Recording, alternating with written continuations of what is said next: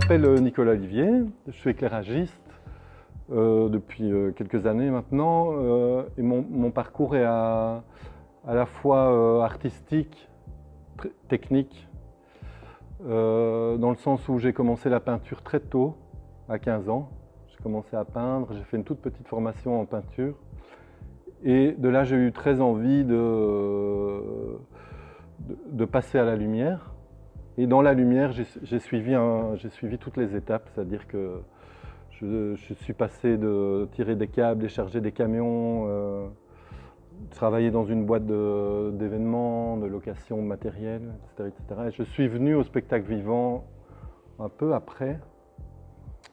Et ces deux expériences m'ont permis à la fois d'acquérir la technicité de la lumière, et en deuxième phase, de revenir à mes premiers amours qui étaient la peinture et du coup de traduire cet amour artistique en lumière, quoi.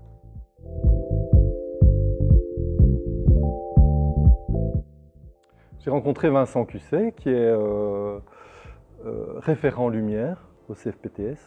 On s'est rencontrés sur la tournée de Christine and the Queen qu'on a fait ensemble, dont j'étais l'éclairagiste. Il m'a remplacé sur la tournée.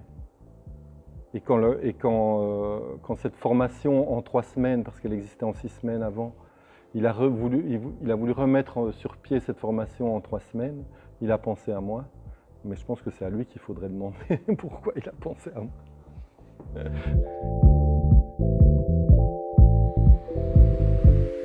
Ça fait 30 ans que je fais ça. Donc j'étais à un moment de mon parcours où j'avais envie de transmettre aussi. Et un peu avant que le CFPTS me contacte, j'ai été contacté par une école de scénographie en Belgique pour laquelle je donne des formations en 1 semaine aux jeunes scénographes première année. Éclairagiste, il n'y a aucune formation qui existe vraiment pour ça. Et il n'y a pas de syllabus. Il n'y a pas de tutoriel en ligne, c'est juste un imbriquement de compétences acquises qui permet à un moment de devenir éclairagiste dans ton parcours.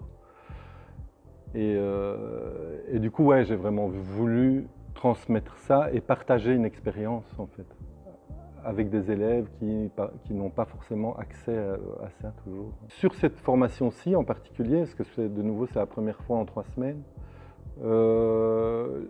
les profils sont un peu de tous horizons et de tout niveau technique. Ce qui est contraignant en tant que formateur, du coup, parce qu'ils n'ont pas tous forcément les acquis d'un côté technique ou de l'autre côté artistique, voire humain, parce qu'une création, c'est avant tout un projet humain et une rencontre de personnes.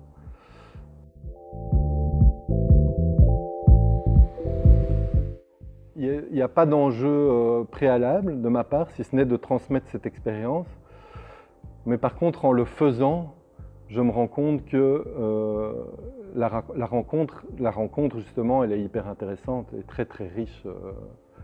Et de nouveau, ouais, moi, ça me nourrit sur des points de vue, sur des manières d'aborder des sujets, sur des compétences techniques aussi.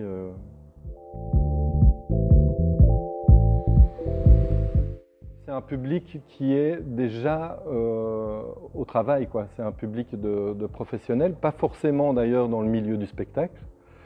Certains sont en reconversion, entre guillemets, ou une évolution d'un parcours déjà artistique. Par exemple, il y a une architecte, une scénographe, une metteur en scène, un danseur.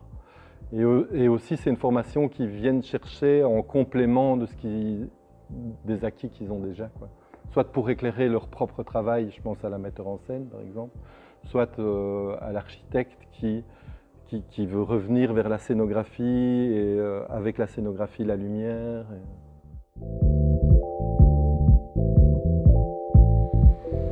La manière dont j'ai vu ce stage sur 3 semaines, il est à la fois technique, humain, artistique. Et dans ce sens-là, ce que j'ai eu envie de reconstituer, c'était la trajectoire d'un projet. C'est-à-dire qu'est-ce qui se passe entre le moment où un metteur en scène t'appelle, 2 ans avant sa première, et le moment où l'objet va partir en tournée, quoi. Parce que l'éclairagiste, souvent, est associé assez tôt dans ce processus-là. Et donc, il fait partie, pour moi, du travail d'éclairagiste. Ce n'est pas juste le moment où on se retrouve tous sur la scène et le spectacle se construit dans les 3 dernières semaines. Il y a toute une genèse, une réflexion qui est à la fois une espèce de symbiose entre une équipe artistique et une équipe technique. Et donc c'était important pour moi qu'ils puissent se situer dans cette chaîne-là, qu'ils aient conscience des autres compétences. Et du coup, on l'a organisé un peu sur savoir qui est qui, quels sont les intervenants, qu'est-ce qu'un machiniste, qu'est-ce qu'un scénographe. Et donc on a organisé des rencontres professionnelles, on appelle ça comme ça, où ils ont rencontré, en tout cas sur ces 3 semaines-ci, un scénographe, une créatrice vidéo, quelqu'un d'Aprod. La filière accueille des artistes en résidence. Et là, on a collaboré avec la compagnie Listen, qui était à un état de son projet très pas embryonnaire, mais où ils n'avaient pas encore eu de résidence technique. Et donc sur les 3 semaines, j'ai fait rencontrer les participants et cette compagnie qui est venue présenter son projet, exactement comme ça se passe dans la vraie vie, en fait, comme moi j'ai pu l'expérimenter. Et donc ils sont venus présenter leur projet, leurs notes d'intention, des images d'inspiration qu'ils peuvent avoir par rapport à leur projet.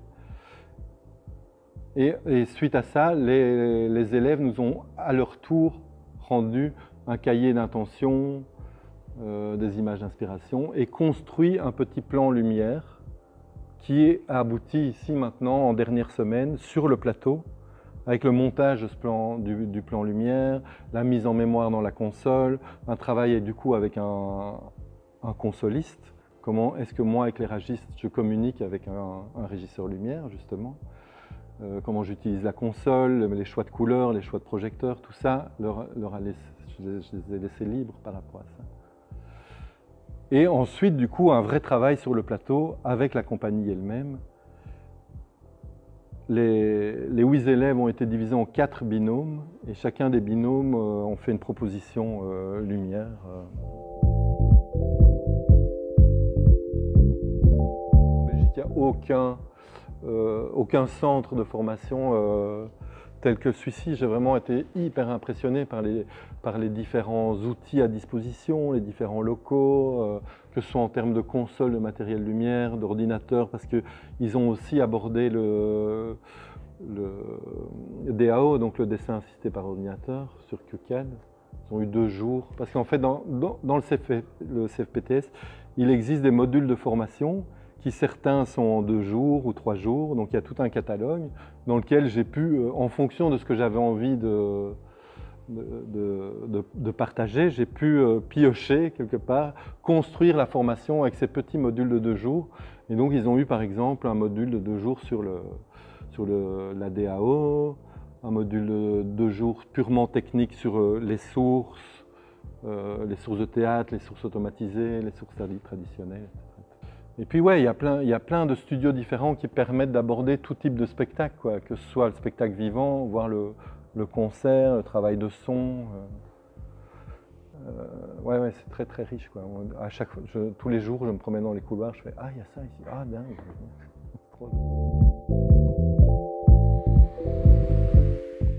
Oui, il est terrible ce théâtre. En plus, ils ont reconstitué un vrai cadre de scène, là, fabriqué en bois, comme si on était dans un vrai cadre à l'italienne. Il manque juste un gradin, parce qu'on a besoin d'un espace plat pour donner cours. Mais le plateau est très très bien équipé. J'ai les yeux qui brillent parce que je suis vraiment hyper touché par l'investissement des participants. stagiaires. Des participants stagiaires. Ouais, je suis vraiment très touché par leur investissement et le parcours que eux-mêmes ont fait dans ces 3 semaines-là.